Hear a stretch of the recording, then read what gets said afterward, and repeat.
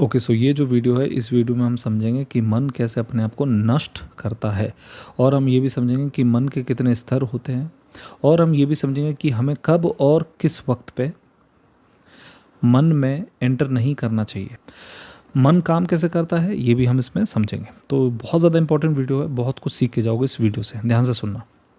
सबसे पहले आपको ये समझना है कि मन के 3 स्तर होते हैं, राइट। पहला स्तर होता है हेजिटेंट का, दूसरा स्तर होता है जहाँ पे आपके अंदर ये बीज आ जाता है कि I can do and so I will do. तीसरा जो स्तर होता है वहाँ पे आपका अंत होता है। तो ध्यान से सुनना, मैं आपको पहले उदाहरण देता हूँ। दुर्योधन के अंदर बीज तो था ही इस बात का कि ये जो साम्राज्य ये मेरा है, मेरे पिताजी के साथ छल कपट हुआ तो एक्चुअल में ये साम्राज्य मेरा है, अधिकारी मैं हूँ इसका। तो उसके मन में जो बीज तो ये बात इस बात का था ही कि ये पांडव जो हैं इनको मैं लेने नहीं दूंगा। तो वो क्या करता था, वो नोक झोंक तो करता ही रहता था जब वो छोटा था तब। लेकिन अभी भी मन जो है, मन पहले स्तर में यानी कि हेजिटेंट के स्तर पर है, अभी वो हेजिटेंट था, राइट। लेकिन जब उसने लाक्षाग्रह किया, देखो अब देखो, लाक्षाग्रह का मतलब क्या होता है कि उसने कॉन्स्पिरेसी की कि मैं पांडवों को जिंदा ही जला दूं, राइट। अब यहाँ पे आपको ये जानना है कि लेवल 1 जब तो जो था उसमें वो हेजिटेंट था, राइट, छोटी मोटी नोकझोंक होती रहती थी। लेवल 2 जो था उसमें वो लाक्षाग्रह जैसी कॉन्स्पिरेसी करने तक की हिम्मत जुटा पाया। तो इसके बीच में कोई होगा जो उसको लेवल 2 पे लेके गया, उसका मामा शकुनी और उसका दोस्त और उसका भाई दुशासन और उसका दोस्त कर्ण। ये जो सहायक होते हैं ये आपको लेवल 2 में लेके जाएंगे, राइट। अब यहाँ से फिर आगे चलो आप। फिर जब थोड़ी बहुत इन्होंने हरकतें की, जब इन्होंने द्रौपदी को नंगा किया पूरे भरी सभा में, और जब इन्होंने देखा कि भीष्म पितामह कुछ बोल नहीं पा रहे, कृपाचार्य कुछ बोल नहीं पा रहे, विदुर भी कुछ बोल ही नहीं पा रहे, और मेरे जो पिता हैं महाराज वो भी कुछ नहीं बोल पा रहे, तो मैं अनचेक्ड जाऊंगा। ये जैसे ही धारणा आएगी कि now I will do anything what I want and I will go unchecked. Unchecked की भावना बड़ी खतरनाक होती है, क्योंकि यहाँ से आप लेवल 3 में एंटर कर जाओगे। अब लेवल 3 जो होता है, लेवल 3 में मन का अंत होता है। तो हमें मालूम कैसे चलेगा कि लेवल 3 में कोई व्यक्ति पहुंच चुका है। लेवल 3 में व्यक्ति तब पहुंचता है जब आपको याद होगा, अगर आपने महाभारत देखी होगी तो उसमें जब कृष्ण जाते हैं और वो शांति दूत बन के जाते हैं और वो कहते हैं कि ये किसी भी प्रकार से ये युद्ध ना हो, तो जब उन्होंने कहा कि इंद्रप्रस्थ को पांडवों को दे दिया जाए, दुर्योधन ने कहा कि ये तो नहीं हो सकता, कुछ और बोलो। तो कृष्ण ने कहा कि चलो ठीक है, अगर ये नहीं हो रहा तो कोई भी 5 गांव आप दे दो। मैं पांडवों की ओर से 5 गांव मांग रहा हूँ। 5 गांव? मैं उन पांडवों को सुई की नोक जितनी भूमि भी नहीं दूंगा। दुर्योधन ने उस 5 गांव को भी देने से मना कर दिया।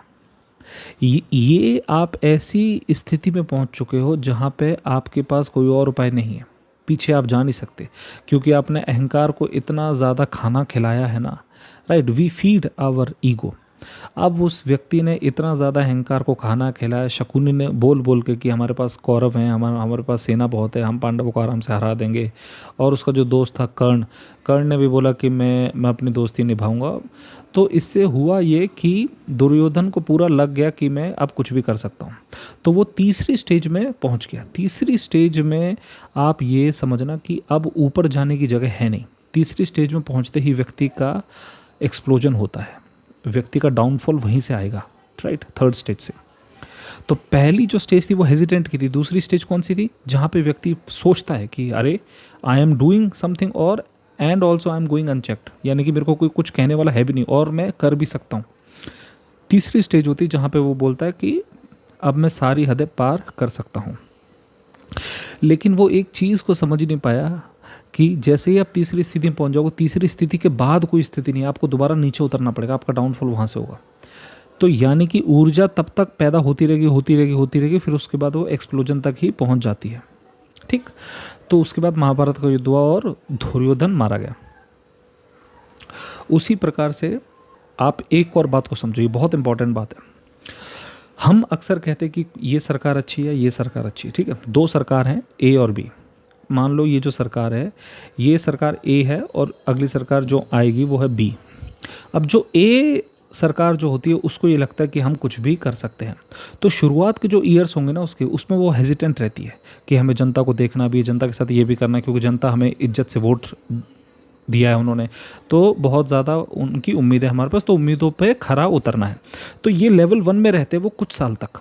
लेवल 2 में जाते हैं वो कुछ सालों बाद, यानी कि 4 या 5 साल बाद वो लेवल 2 में जाते हैं। मान लो सेकंड टाइम भी आ गए वो लोग, तो लेवल 2 में एंटर कर जाते हैं कि हम तो और भी बड़े काम कर सकते हैं, राइट। फिर हमें कोई रोकने वाला नहीं है।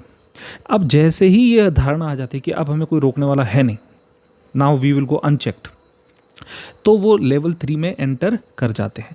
लेवल 3 में जैसे ही एंटर कर जाते हैं, now they can not go back. Why? Because they have feed their ego so much, क्योंकि मन जो चलता है वो पुरानी घटनाओं के आधार पर चलता है। तो वो ये सोचता है कि अगर पीछे मेरा कोई कुछ बिगाड़ नहीं पाया तो यानी कि मैं उनसे तो ऊपर ही हूँ। तो थर्ड स्टेज में जैसे ही वो लोग एंटर करेंगे, थर्ड स्टेज में वो अपने ही डाउनफॉल की तैयारी कर रहे होते हैं। वाई? क्योंकि अब वो सारी घटनाएं ऐसी करेंगे जहाँ से उनका डाउनफॉल आने की पूरी चांस हो चुकी है, right. Because they think that we will go unchecked, right. मन का जो स्वभाव है वो किसी भी एक जगह पर रुकने का नहीं है, मन हमेशा चलता है, राइट। या फिर आप ऐसे बोलो, जो चीज़ चलती है वही मन है, ठहरा हुआ मन होता नहीं एक्चुअली, राइट। क्योंकि मन की जो प्राण होते हैं, वो इंटेंसिटी, वो चलने में ही होते हैं। ठहरा हुआ मन एक्चुअली आपको शांति दे देगा फिर, लेकिन मन को अगर जीवित रहना तो उसको चलते ही रहना है। इसीलिए मैंने कहा कि अगर आप एक बार लेवल 2 में घुस गए तो आपको लेवल 3 में जाना ही पड़ेगा, और फिर आपको उसके बाद आपका डाउनफॉल होता है।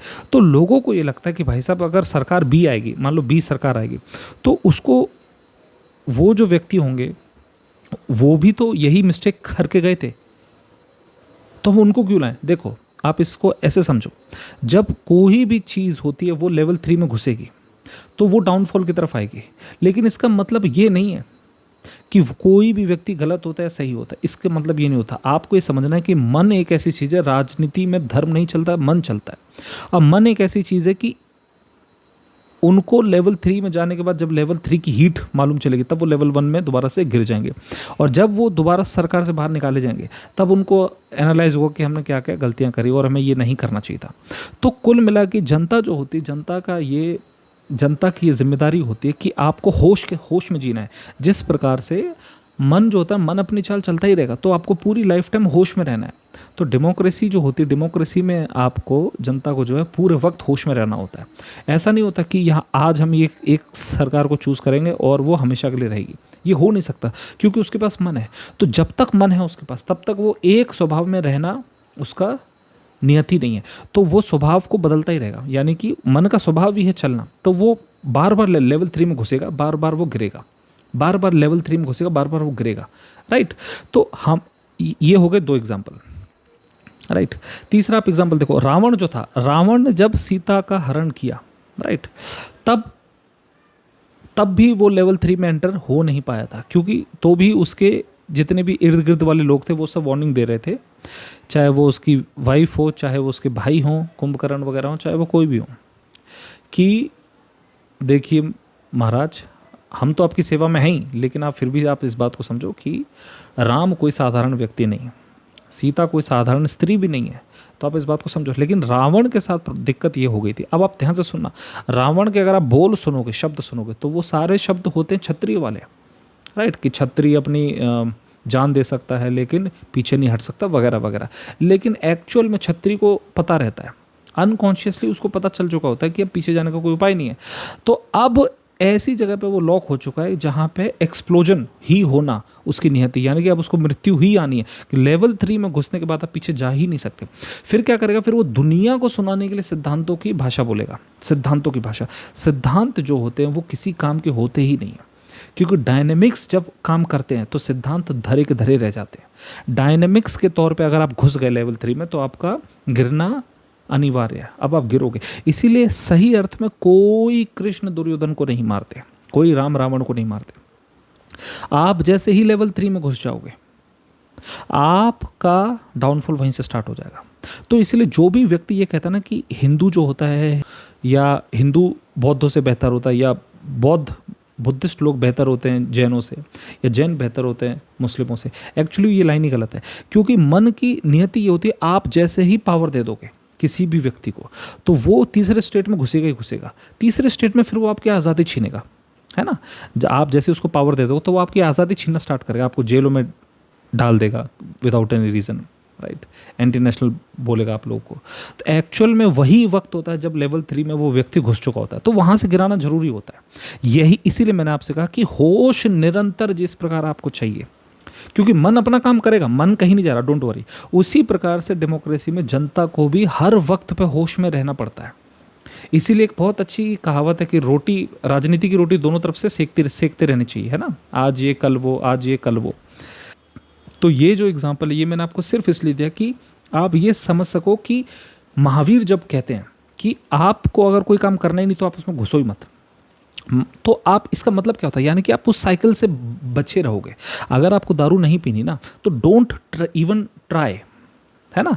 कि अगर आप ये ना कहें कि यार कोई बात नहीं, थोड़ी तो पी के देख लेते हैं, अनुभव तो लेना ही चाहिए, ये बकवास में घुसना मत।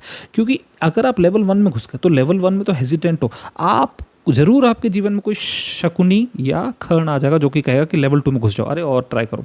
फिर मुश्किल हो जाएगा आपके लिए बहुत ज़्यादा निकलना, राइट। फिर वो पूरा साइकिल कंप्लीट करना पड़ेगा, हो सकता है 20 साल खराब हो जाए आपके। तो इसीलिए जो काम आपको नहीं करना वो मत ही करना, ऐसा महावीर का कहना था। लेकिन ओशो का ऐसा कहना था कि आप कोई भी काम में घुसते हो तो आप उसको बाहर ही निकल जाओ, राइट। आप उससे बाहर निकल ही जाओ पूरा कंप्लीट करके, ताकि वो पूरी तरीके से बर्न हो जाए, राइट। लेकिन मैं अपनी भाषा में ये कहता हूँ कि आप कोई भी चीज़ सीखते हो, राइट, उसको ऑन द स्पॉट बर्न कर दो। अगर वो बर्न नहीं हुआ तो वो it will keep on going into your mind again and again.